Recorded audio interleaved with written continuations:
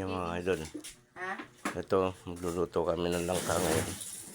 Ayan, dahil laki ng hiwa. Buong barangay yan.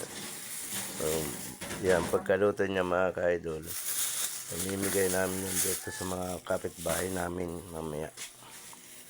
Ito, lahat yan mga katikim yung mga nandito sa ano namin. Abot pa nga yan sa barangay. Ito naman mga ka-idol, bigas na to para sa mga aso namin, alaga. May sarili silang bigas. Kasi pag iniasa ko doon sa bigas namin, ako po, mamumulubi po ng gusto. Kaya ito dito po, bukod po ang bigas nila. Yan, miss ko. Anong sista yan? Tulingan. Tulingan sa sahog. Isasawag doon sa gulay. I-prito nyo muna yan bago isog sa gulay. Yung lupa lang ako ng ano sa manok. Nagluluto na mga ka-idol. Dito kami sa loob ng bahay. Yan. Ito.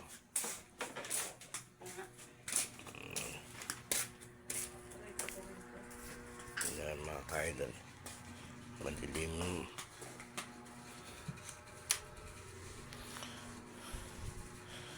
Yan mga ka-idol. Pagkabit na kami ng ano, wifi.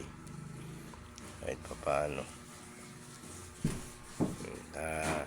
Tuloy-tuloy ang upload ko mga ka-idol. Pag-upload na ako ng maayos ngayon dito sa aking pag-vlog. Dahil sarili namin yung wifi. Hindi na tulad ng dati na nakikisabit lang ako. Ayun si Saiki. Magaling lang namin sa gala. Naman naman mga ka-idol kung nasaan yan. Nasaan yung igaan niya mga ka-idol.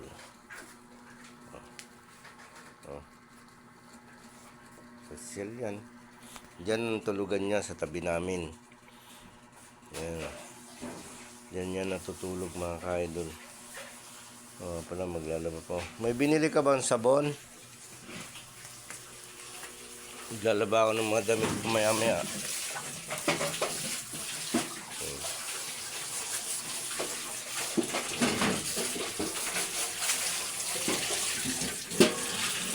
Wala tayong itlog.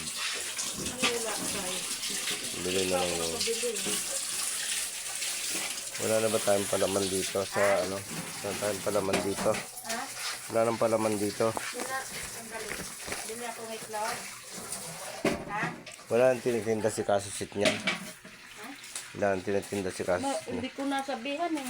Mamaya. Ganyan na lang. Isang ano. Itlog? Hindi, yan ano. Ba mayroon si Kasusit. Mag-ano muna ko. Alam mo may ano. Labakot yung sakit nga ng inom pa ako ng gamot kasi. Dali kayo luto ko ito naman. Bakit ito ang binili mo? Okay lang. Pangit mo. Wala. Ang mahal lang yung tayo. Magkano yung ganyan? 35. Ang isang ganyan? Oo. Yung sarap naman. Kaya pala wala na yung suki natin doon. Ha? Wala. Sarado. Mahal talaga yung na yun. Mahal. Kaya nga nag-order ako sana kay Ate Reding. Oh. Ano? Yung, kasi ang tarayin ka doon ang lalaki. Saan? Ate Reding eh. Kaya ako.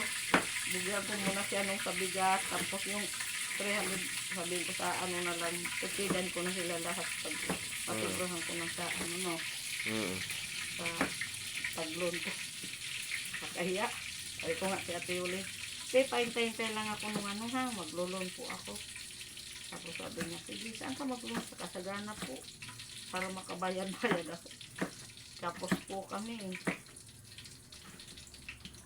Naintindihan mo na ko nila. Sinasabi ko naman kasi totoo. Siyempre sino bang taong may gustong may utak?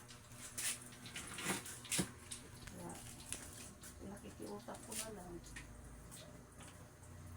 Nagbablog. Ganun lang po. Kasi ang buhay namin.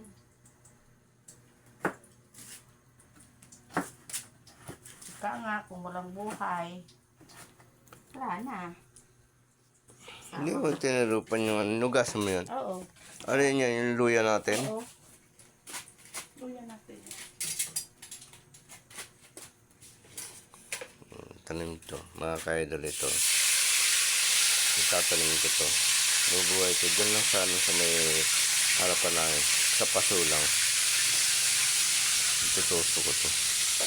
Para kahit pa paano. Buhay. Yan po mga ka-idol. Pinipirito naman yung silingan sa yalo sa gulay. Mga ka-idol. Pipilas-pilasin yan para pangalo sa gulay. Ganito lang po buhay namin. Ang gulay. Mahal na pala ang luya. 180. Mahal ang luya ngayon. Di bali na bibili pa naman. Sibuyas. Kaya Mahal din. sibuyas nga. Ang ano, mabibili pa naman. Mabibili. Pagod na nabili pa tayo. Ang hindi na nabili yan mo. Sisira din ang paninda nila. Hindi na kaya. Sabi ko, ba't nagbili? Mahal na naman yan eh. Hindi na kaya ng tao. Siyempre. Sabi, tayo na yung magagawa. Talagang ganun. Mahal talaga ngayon ang mabibili. Nagtaka nga sila. Sabi, dati na kilo-kilo ka magbili. Mura kasi ngayon. Medyo tipid-tipid ako. Natawa sa akin yung tindira. Hirap. Hirap talaga. Katang-katang ko yun naman kong gamot. Okay lang.